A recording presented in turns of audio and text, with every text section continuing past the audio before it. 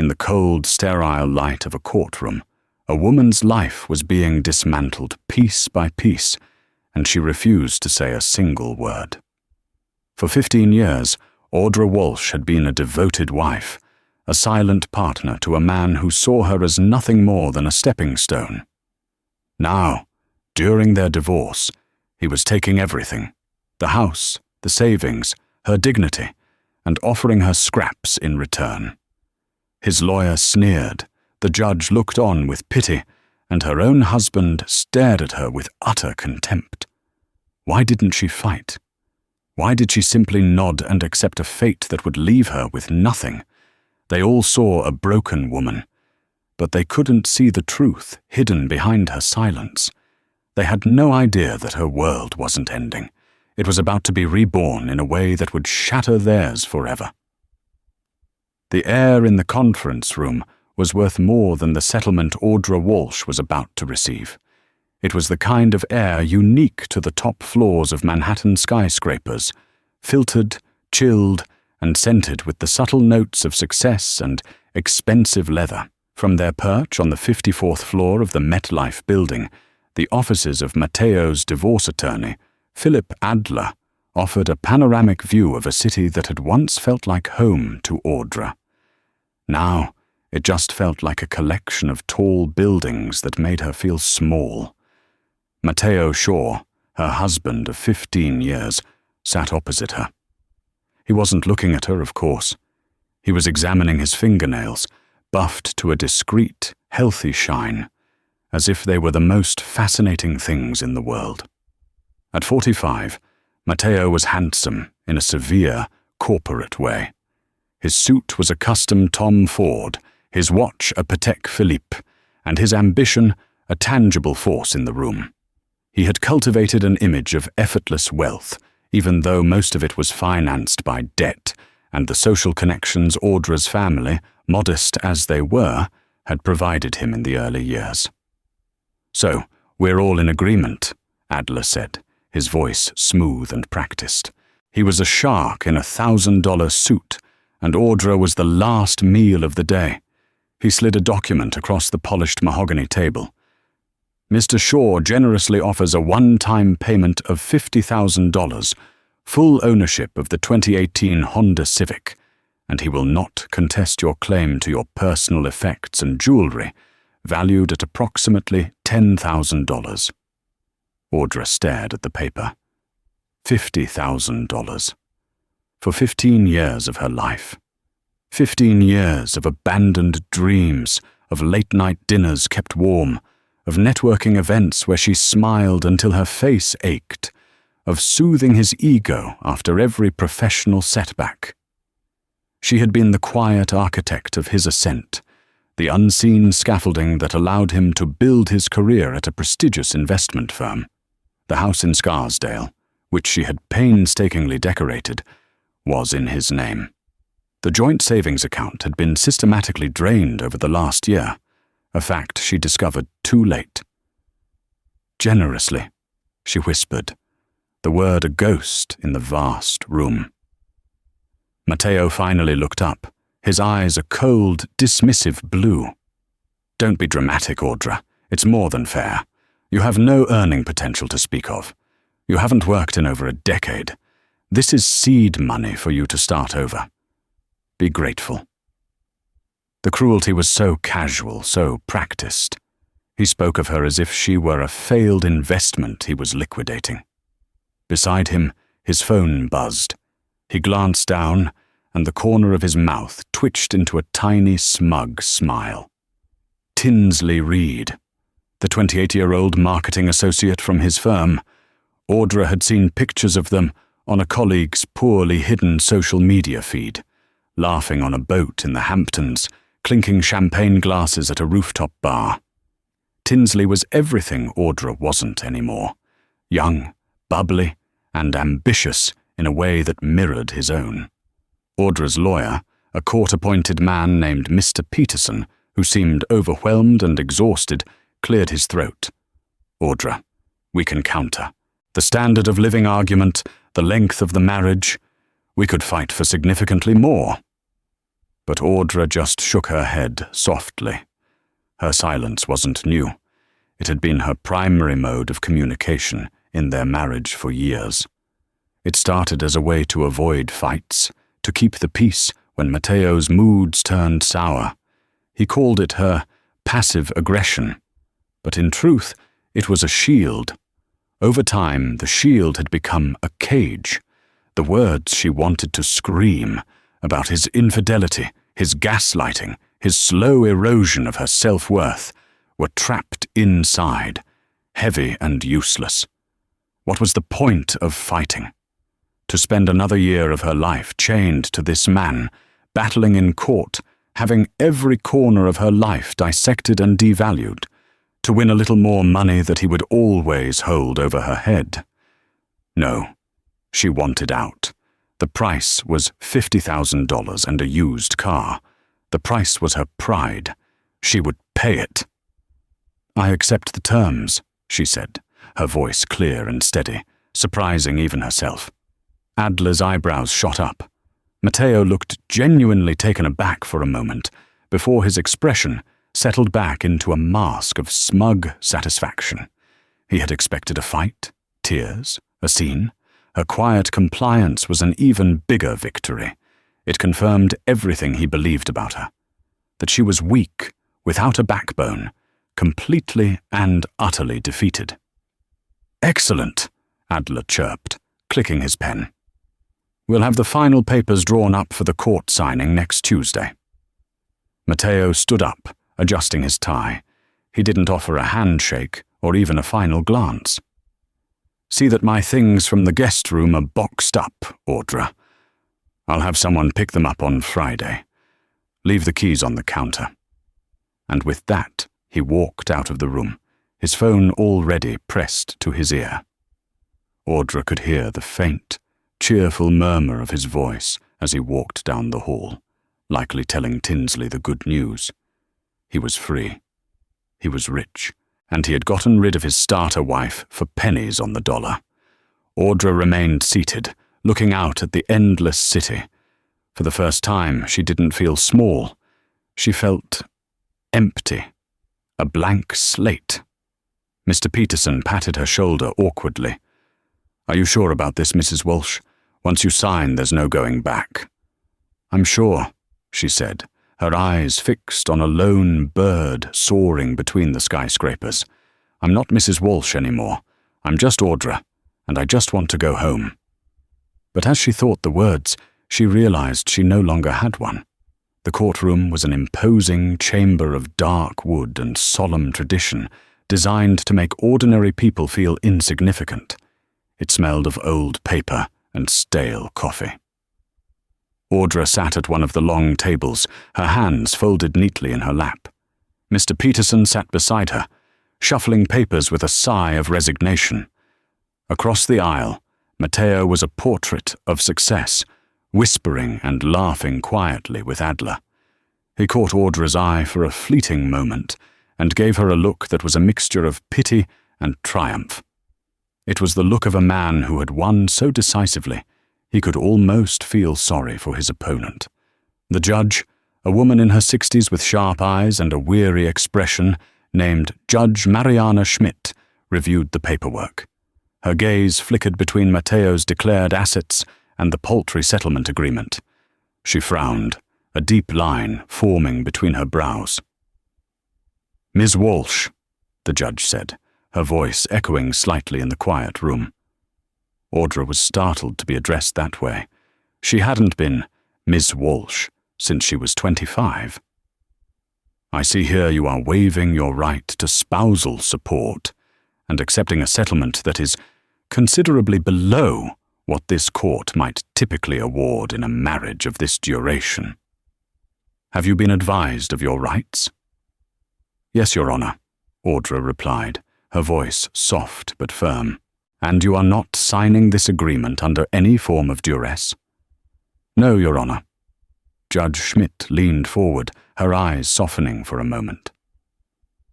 "My dear, this is your last opportunity to speak, to fight for a future that reflects the 15 years you invested in this partnership. Are you absolutely certain this is what you want?" The entire room seemed to be holding its breath. Matteo's smile tightened at the edges. Adler shifted in his seat, ready to object. This was the moment. The moment for rage, for tears, for a desperate plea for justice. The moment to list her grievances. The lonely nights, the broken promises, the public humiliations, the private cruelties. The moment to tell the world that Matteo Shaw was a fraud, a man who built his life on her back and was now kicking her to the curb. Audra felt the weight of all her unsaid words, a physical pressure in her chest. For a split second, she imagined letting them all out, a torrent of pain and anger that would flood the sterile courtroom. But then she looked at Matteo. He was almost vibrating with anticipation, a predator waiting for the wounded animal to cry out. He would love it. He would twist her pain into hysteria, her anger into irrationality. He would use it as the final, definitive proof that he was right to leave her. And in that instant, she realized her silence was the only weapon she had left. It was the one thing he couldn't control, couldn't manipulate, couldn't understand. Her silence was hers alone. "I am certain, Your Honor," Audra said, meeting the judge's gaze without flinching. "I just want to close this chapter and move on." The judge held her stare for a long moment, searching for a crack, a flicker of doubt. Finding none, she sighed and stamped the document with a heavy thud. "Very well. The divorce is granted under the terms of this agreement. I wish you both the best in your separate futures." The finality of the gavel strike echoed like a gunshot. It was over. Matteo and Adler stood up, shaking hands vigorously. Matteo was beaming, a man unburdened. He didn't look at Audra again as he strode out of the courtroom, a free man walking toward his bright, shiny future with Tinsley. Audra remained seated until the room was empty, save for her and Mr. Peterson. The silence that descended was different now. It was no longer heavy with unspoken words. It was light with possibility. The cage door was open. "Well, that's that," Mr. Peterson said, packing his worn briefcase. "The check from Mr. Adler's office will be deposited into your new account within 5 business days. Here is my card if you need anything, though I suspect you won't." He looked at her with a kind of sad curiosity, another person who just couldn't figure her out. She thanked him and walked out of the courthouse alone. The New York City street noise hit her like a physical wave, sirens, horns, the chatter of 1,000 lives in motion.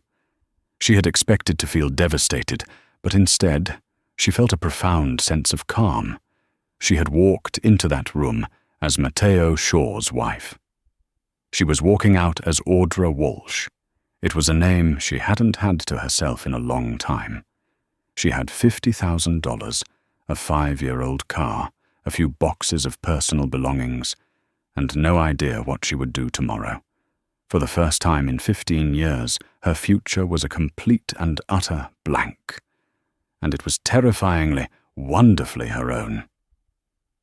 The apartment Audra found was a small, 1-bedroom walk-up in Astoria, Queens. It was a world away from the manicured lawns of Scarsdale. Her living room window looked out onto a brick wall, and the symphony of the city was now a constant, rumbling soundtrack to her life. After the movers dropped off her few boxes, books, photo albums, clothes, the porcelain tea set her grandmother had given her, the silence of the empty space was deafening. For the first week, she moved like a ghost through her new life. She unpacked her books, arranging them by color because she couldn't remember which ones she'd loved. She bought groceries, cooked simple meals for one, and watched the shadows lengthen across the brick wall. The $50,000 sat in her new bank account, a number that felt both insultingly small and terrifyingly finite. It was a countdown clock. She began the humbling process of re-entering the workforce. She polished her 15-year-old resume, trying to make household manager and event coordinator for husband's firm, unofficial, sound impressive. She applied for jobs as an administrative assistant, a receptionist, a sales associate at a department store. The rejections were polite but swift. The world had moved on without her. On a rainy Thursday afternoon, 3 weeks after the divorce was finalized, there was a loud knock on her door. It wasn't the gentle tap of a neighbor or the buzz of a delivery person. It was a sharp, insistent rap that spoke of importance.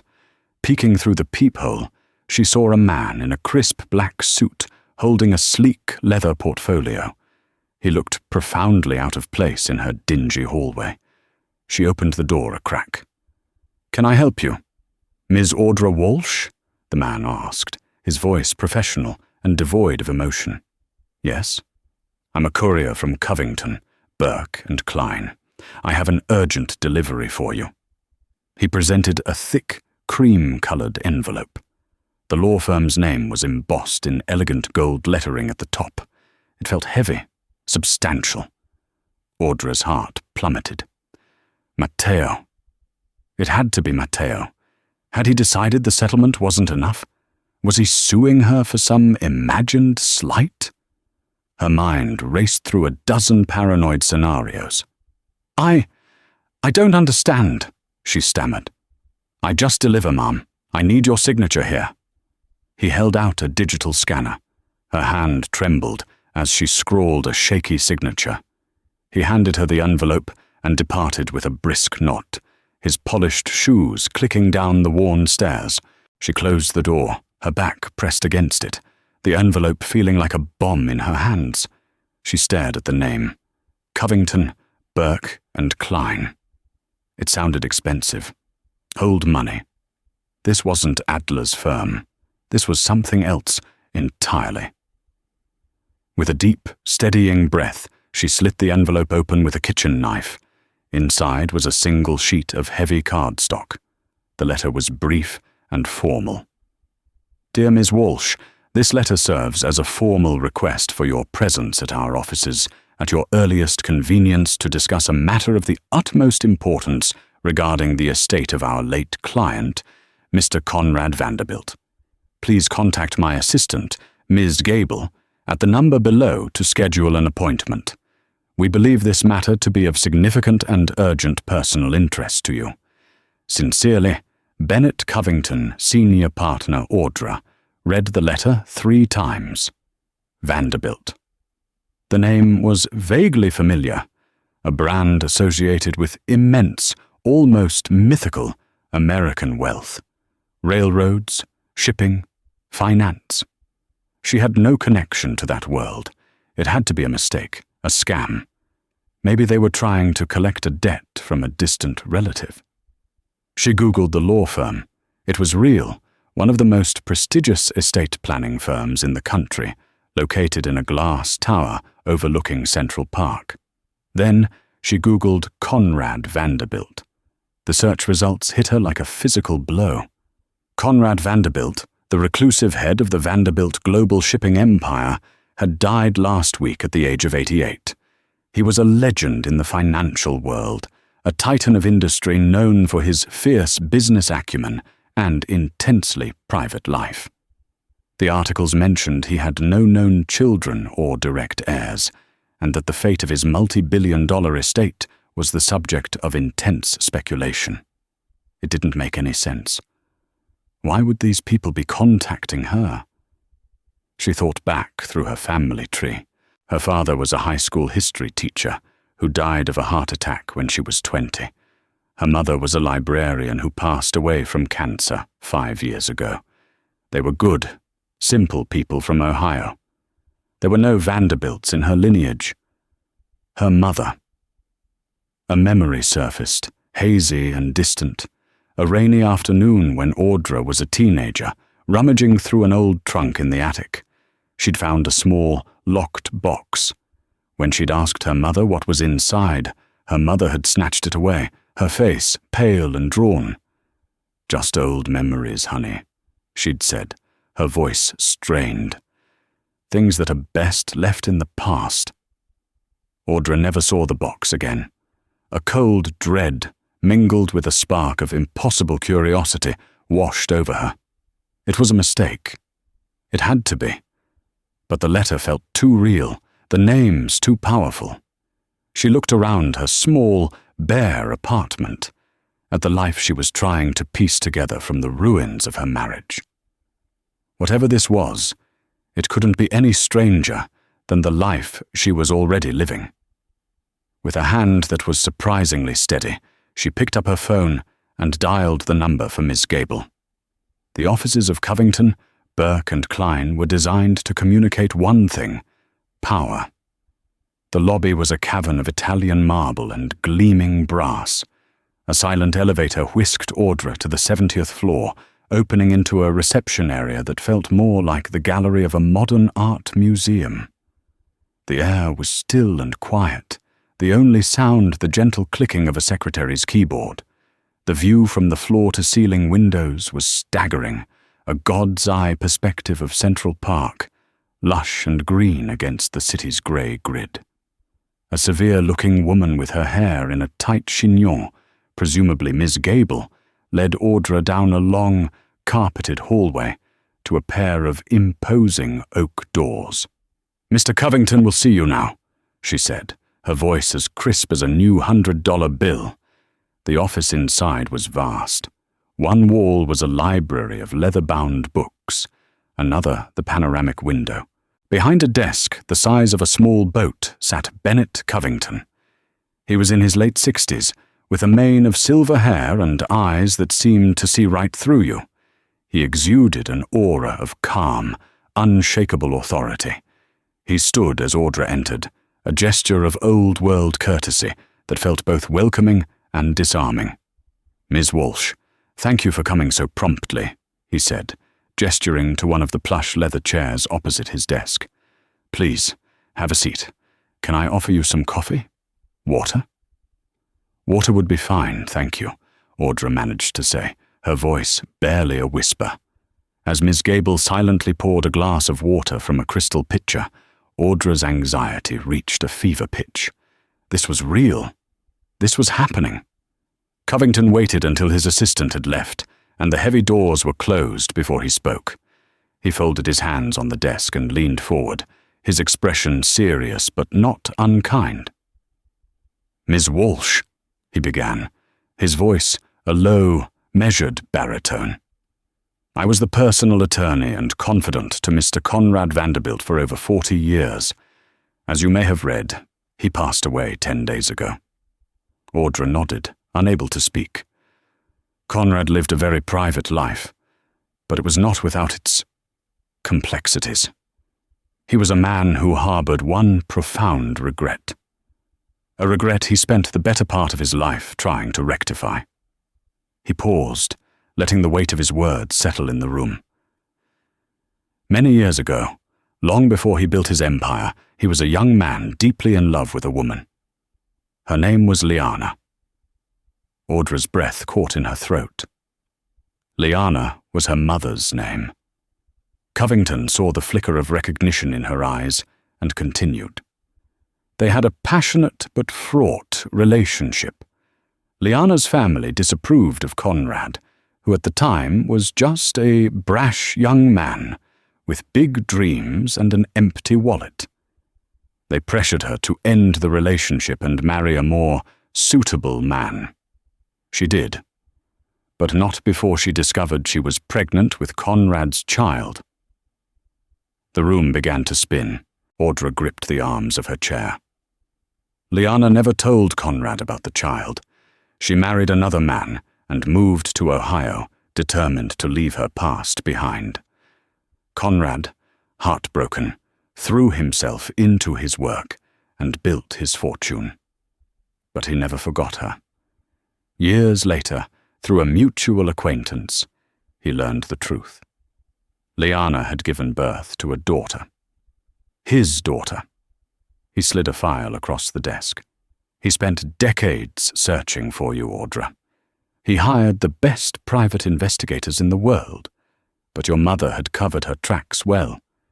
She had changed her last name, and the trail went cold. It was only 3 months ago that one of our investigators finally found you. We discovered you were living in Scarsdale, married to a Mateo Shaw. He let out a heavy sigh. Conrad was already very ill by then. His greatest wish was to meet you, to speak with you, but he was also a proud and cautious man. He worried about the shock, about your husband. He didn't want his sudden appearance to be a disruption. He instructed me to arrange a discreet DNA test first, to be absolutely certain. Covington opened the file. Inside was a lab report. We obtained a sample from a water glass you left at a cafe. The results were conclusive. You are his daughter, his only child. Tears were streaming down Audra's face now, silent and hot. It was too much. Her entire life, her entire identity was fracturing right before her eyes. Her quiet, reserved mother had harbored a secret of this magnitude her entire life, the locked box in the attic. It all made a terrible, heartbreaking kind of sense. He was so happy when I told him, Covington said, his voice softening with memory. But his health was failing fast. He was gone before we could arrange a meeting. He spent his last days dictating a letter to you and making changes to his will. He pushed another envelope across the desk, this one old and soft, addressed to my daughter, in a shaky, elegant script. Then he slid a thick, bound document next to it. It was Conrad Vanderbilt's last will and testament. Audra, Covington said, using her first name for the first time. Conrad had no other family. In his will, he has named you as the sole and exclusive beneficiary of his entire estate. Audra stared at him, uncomprehending. His estate? Covington's expression was somber. The Vanderbilt Global Shipping Corporation, a portfolio of real estate holdings across 3 continents, a controlling interest in over a dozen tech and energy companies, his art collection, his charitable foundation, all of it. After taxes, the estimated net worth is approximately $12.7 billion. The number was so large, so absurd, it had no meaning. $12.7 billion. Audra thought of the $50,000 settlement. She thought of Mateo's smug face. She thought of her tiny apartment and its view of a brick wall. A strangled sound escaped her lips, half sob, half laugh. Miss Walsh, Audra, are you all right? Covington asked, a flicker of concern on his face. Audra could only shake her head, the tears and the laughter mixing into a strange, hysterical grief for the father she never knew, the mother she never understood, and the woman she used to be, who had ceased to exist the moment she walked into this room. The days that followed were a blur, a surreal dream from which Audra kept expecting to wake up in her small Astoria apartment. She didn't. Instead, she was swept into a world that operated on a different plane of existence. Mr. Covington became her guide, her anchor in the maelstrom of her new reality. He handled the press, who were already sniffing around the edges of the story, with a polite but impenetrable wall of no comment. He handled the armies of bankers, accountants, and board members who now answered to her. Her first official act as Audra Vanderbilt was to visit her father's home, a sprawling limestone mansion on the Upper East Side that occupied half a city block. It wasn't just a house, it was a landmark, a private museum filled with Renaissance art, first edition books, and a profound, echoing silence. As she stepped out of the black town car Covington had sent for her, she was greeted at the door by a small, elderly woman in a simple black dress. Her name was Beatrice, and she had been Conrad Vanderbilt's head of household for over 50 years. Her eyes, cloudy with age, were filled with an astonishing kindness. Miss Vanderbilt, she said, her voice warm and trembling slightly. "We have been waiting for you for a very long time." Beatrice led her through the grand foyer, where a portrait of a handsome, intense young man hung above the marble staircase. It was her father. He had her eyes. The realization struck Audra with the force of a physical blow.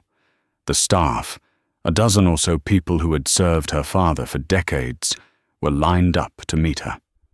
They weren't just employees. They were family. They had known about Conrad's search. They had known he had a daughter out there somewhere. Their welcome was not one of deference to a new boss, but of genuine, heartfelt relief. They were meeting a ghost, a legend, the missing piece of the story they had all lived. For the first time, Audra felt the weight of her father, not as a billionaire, but as a man. Beatrice showed her to his private study. It was a deeply personal space, filled with nautical maps, models of ships, and shelves of worn books. On his massive mahogany desk, exactly as he had left it, was a single, silver-framed photograph. It was a faded picture of a beautiful young woman with a sad smile. Her mother, Liana. Beside it was the letter Covington had given her. She had waited until now to read it, wanting to be in her father's space. With trembling hands, she opened it. The handwriting was weak, but the words were filled with a lifetime of regret and love. "My dearest Audra, if you are reading this, then my life's greatest failure has become my life's final success. I found you. I am sorry that it is only through these words that we shall meet. I am sorry for the years we did not have. I am sorry for the life you should have had." He wrote of his love for her mother, of his heartbreak, and of the hollow echo his success always had because he had no one to share it with. He didn't ask for forgiveness. He simply wanted her to know that not a day had gone by when he didn't think of her. "This fortune is not a gift. It can be a burden, a cage of gold. Do not let it define you. Use it to find the life you are meant to live. Be happy, my daughter. That is my only wish. Your father." Conrad Audra sat in her father's leather chair for hours, the letter clutched in her hand, and wept. She wept for the man she would never meet, for the mother whose secrets had died with her, for the lonely girl in Ohio who never understood the source of her mother's deep, abiding sadness. In the following weeks, a quiet transformation began. The silence that had once been Audra's shield of weakness now became a tool of strength. In boardrooms filled with powerful men who were unsure what to make of this quiet, unknown woman, she listened. She absorbed information, asked insightful questions, and spoke only when she had something meaningful to say. They had expected an overwhelmed, easily manipulated heiress. They found a woman with a spine of steel they never knew existed, forged in the fires of a difficult life.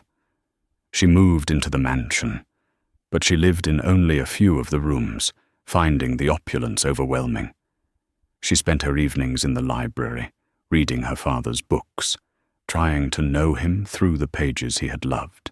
She traded her simple clothes for a wardrobe of understated, elegant designs, not out of vanity, but because she understood that she was now the public face of an empire. Her appearance was armor. The meek, hesitant woman who had walked out of a divorce court with nothing was fading. In her place, a new woman was emerging.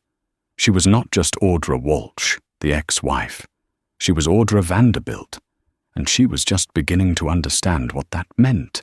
Mateo Shaw was having the best month of his life.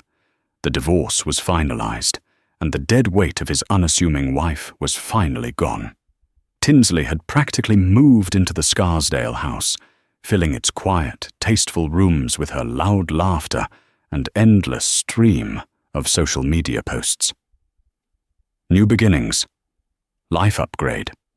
At work, He was closing in on a major deal that would earn him a 7-figure bonus and a promotion to managing director. He felt invincible, the master of his own universe. He was in a board meeting, presenting his final projections, when his phone, set to silent, began vibrating incessantly on the table. He ignored it. A few minutes later, his senior partner's phone buzzed, then another. Soon, a low hum of vibration was coming from every pocket and briefcase in the room. "What the hell is going on?" his boss, Robert Miller, grumbled, pulling out his phone. His eyes scanned the screen, and the color drained from his face. He looked up, not at the presentation, but directly at Matteo. His expression was one of utter disbelief. "Sure," Miller said, his voice dangerously quiet. "What's your ex-wife's name?" Matteo was thrown. "Audra." "Why?" Miller turned his phone around. It was the home page of the Wall Street Journal. The headline was explosive. Reclusive billionaire Conrad Vanderbilt's secret daughter and sole heiress revealed Audra Walsh, 42. The article was accompanied by a recent, candid photo of Audra leaving the Covington, Burke and Klein building, looking poised and elegant in a way Matteo had never seen before. The story was sparse on details but confirmed the core facts: the hidden identity, the recent death of her father, and the inheritance of an estate valued in the billions. It mentioned she was recently divorced. The boardroom was silent, save for the frantic tapping of fingers on phones as every executive in the room pulled up the story. Then, their eyes all turned to Matteo. They weren't looking at a master of the universe anymore. They were looking at the biggest fool in the history of finance. Matteo felt the blood drain from his head. It was a joke. It had to be a prank, some sort of elaborate hack. Audra. His Audra. The woman who couldn't balance a checkbook, who was afraid to speak up to a waiter? An heiress? Impossible. But as the news alerts flooded in from Bloomberg, Forbes, and the New York Times, the impossible became horrifyingly real. The numbers swam before his eyes. $12.7 billion. He thought of the settlement. $50,000 and a used Honda. A wave of nausea so profound it buckled his knees, swept over him. He had to excuse himself, stumbling out of the boardroom as the first whispers and snickers began to follow him down the hall. His world unraveled with astonishing speed. The story became a sensation, a modern-day fairy tale, with a villain who was almost too perfect in his idiocy. He was no longer Matteo Shaw, rising star. He was the $12 billion idiot. Mimes circulated online. Late-night talk show hosts made jokes at his expense. His colleagues, who had once envied him, now looked at him with a mixture of pity and gleeful contempt. The big deal he was working on was quietly reassigned to someone else. No one wanted to be associated with that kind of catastrophic judgment. His personal life imploded just as spectacularly. Tinsley, whose attraction to him was directly proportional to his perceived status, was apoplectic. "You left a billionaire for me," she screamed at him that night in the Scarsdale house, a house that now felt like a monument to his failure. "Do you have any idea how this makes me look? People think I'm the idiot who hitched her wagon to the stupidest man in New York. I didn't know," he yelled back, his voice cracking with desperation. "How could I have known? She never said a word." "That's the point, you moron," Tinsley shrieked, packing her designer bags with furious energy. "She was quiet, and you thought she was weak. You were so busy looking for a trophy that you threw away the whole damn treasure chest. I'm done.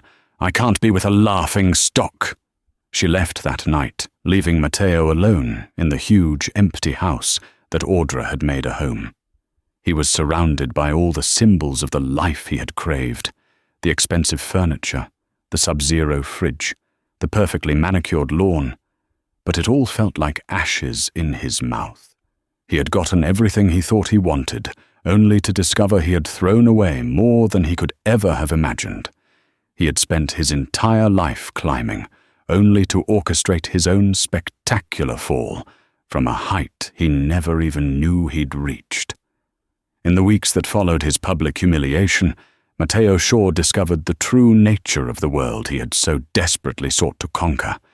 It was a world of surfaces, and his surface had been irrevocably shattered. He became a wraith in his own life, haunting the halls of the investment firm where he was now a pariah. Conversations would halt when he approached, replaced by a strained, polite silence that was louder than any accusation. The whispers and poorly concealed smirks followed him like a shadow. He was no longer Matteo Shaw, the deal-maker. He was the $12 billion idiot, a cautionary tale whispered over expensive lunches he was no longer invited to. The sprawling house in Scarsdale, once his proudest acquisition, became his prison. He'd wander its empty rooms at night, the silence thick with the ghost of Audra's quiet presence, and the loud, jarring echo of Tinsley's departure.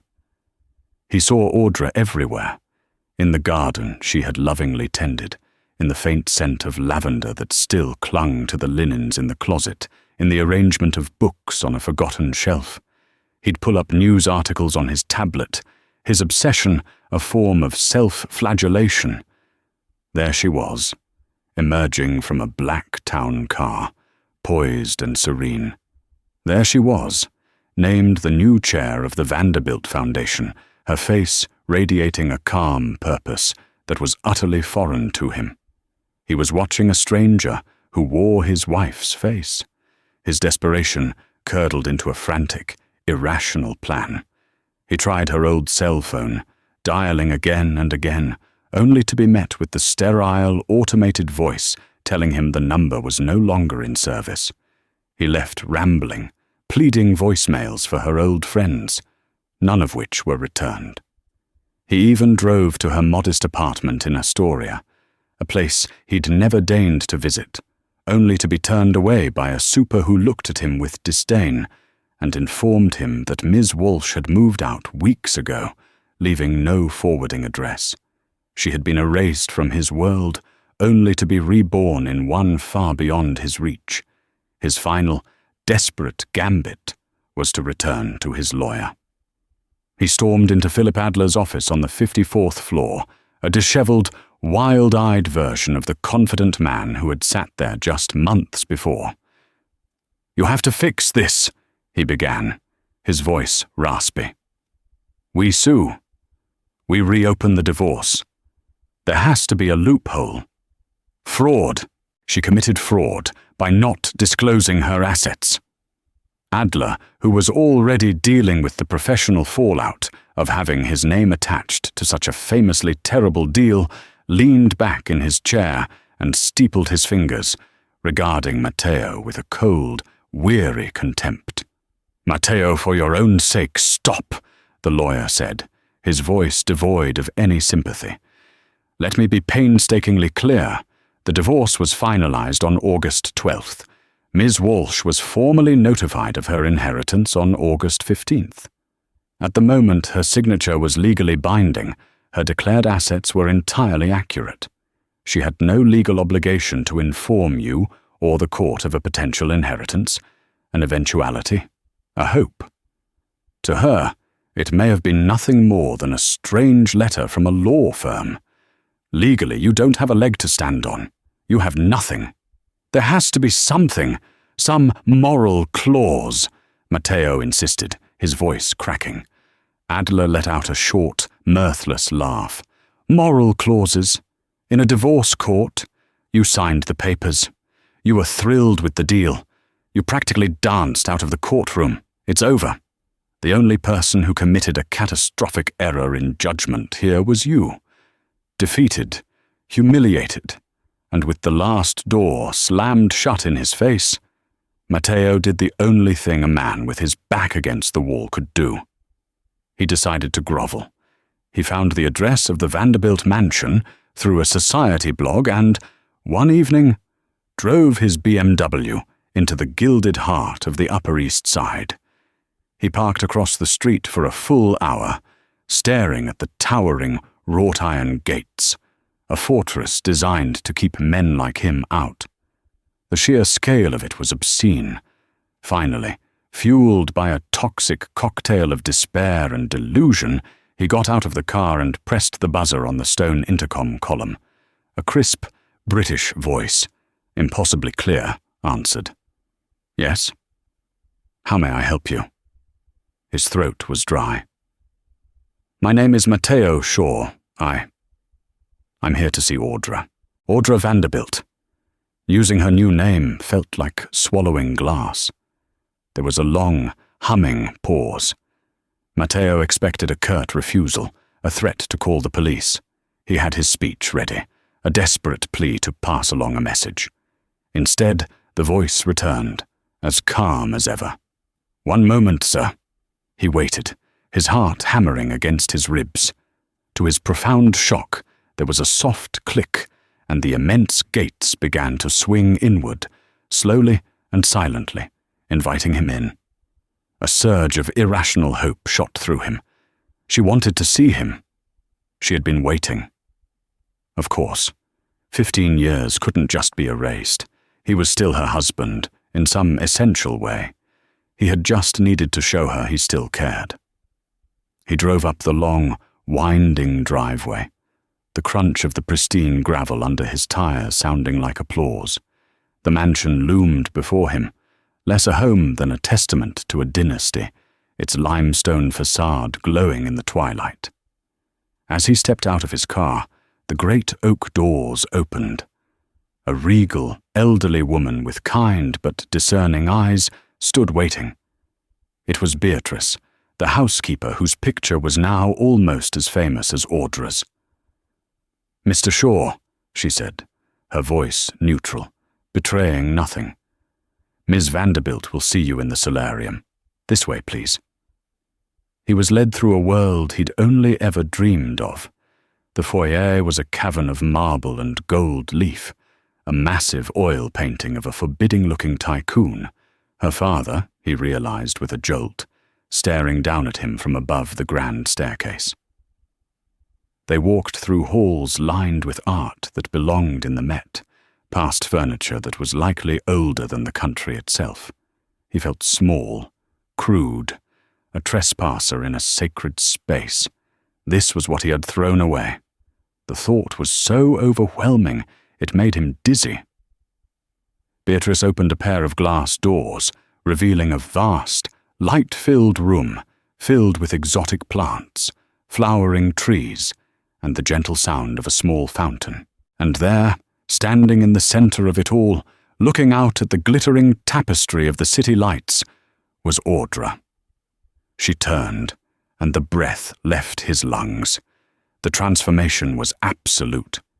It wasn't just the clothes, a simple but exquisitely cut dress of deep emerald silk that shimmered under the soft lights, or the way her hair was styled, falling softly around her shoulders.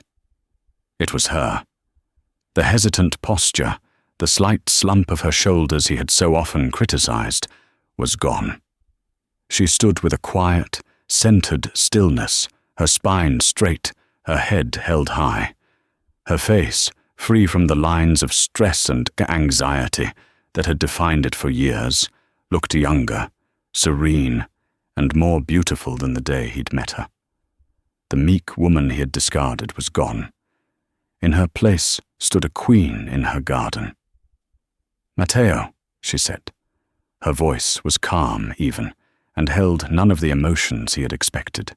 There was no anger, no pain, no love, no hate. It was the voice of a polite stranger. "Audra." "Annie," he stammered, the old pet name sounding pathetic and hollow. "I can't believe it. I had no idea. You have to believe me. I never would have—" "I know you didn't," she said simply, cutting off his predictable excuse. He took a desperate step closer, his carefully rehearsed lines tumbling out in a rush. "This is all a terrible mistake. We can fix this. I always loved you. I was lost. I was a fool. That woman, Tinsley, She meant nothing to me. It was a symptom of my own insecurity. It was always you, Annie. It has always been you. We can tell the world it was a misunderstanding, that we've reconciled." He searched her face for a sign, a flicker of the old Audra, the woman who would have accepted any excuse just to keep the peace. He found nothing but a calm, clear-eyed pity that was worse than any hatred. "No, Matteo," she said, her voice gentle but as unyielding as bedrock. "We can't. The mistake wasn't the divorce. The mistake was me spending 15 years believing that my worth was somehow tied to your approval. But the life we had, the life we could have now," he pleaded, gesturing wildly at the opulence around them. "Think of it, everything we ever wanted." "Everything you ever wanted," she corrected him, the distinction precise and devastating. "You wanted wealth, you wanted status, you wanted a beautiful, silent accessory to hang on your arm. You had a woman who loved you, who supported you completely, and you were so blind you couldn't see her." "This money," she said, her gaze sweeping the magnificent room. "It didn't change me. It revealed me. It gave me something you never could, the security to be myself, the peace to finally hear my own thoughts without your voice constantly telling me they were wrong." She walked over to a small, ornate desk, her movements fluid and graceful. She picked up a heavy, gold-plated fountain pen. "The best thing you ever did for me, the kindest gift you ever gave me, was to let me go. By casting me out, you set me free. And for that, I am truly, deeply grateful." She looked directly at him, her eyes clear and final, and delivered the last cut. "Beatrice will show you out. Goodbye, Matteo." He stood there, frozen, as the regal old woman materialized at his side. He opened his mouth to plead again, to scream, to rage, but the words died in his throat. There was nothing left to say. He hadn't been defeated in an argument. He had been dismissed. It was an ending delivered not with the heat of anger, but with the chilling finality of complete and total indifference. As Beatrice escorted the broken man from the house, his shoulders slumped in utter defeat, Audra turned back to the window. She watched his car snake its way down the long driveway and disappear through the gates. A small, insignificant vehicle leaving a world it never truly belonged to. Her father's fortune had given her a new kingdom, but it was Matteo's cruelty that had given her the crown. The silence she had held on to for so long had finally been filled, not with rage or regret, but with the quiet, powerful sound of her own name. Audra's journey from a silent, dismissed wife to a powerful heiress is a stunning reminder that our true value is never determined by how others see us. In the quietest moments, when we feel most invisible, we can be forging a strength that the world isn't ready for. She endured humiliation and betrayal, believing her story was over, only to find out it was the prologue to an epic new beginning. Her silence wasn't weakness. It was a gathering storm, and when it finally broke, it washed away the wreckage of her past and watered the seeds of a future she never could have dreamed of. What would you do if you were in her shoes? How would you handle that kind of life-altering revelation? If you were captivated by Audra's incredible story of karma and transformation, please let us know in the comments below. And don't forget to hit that like button.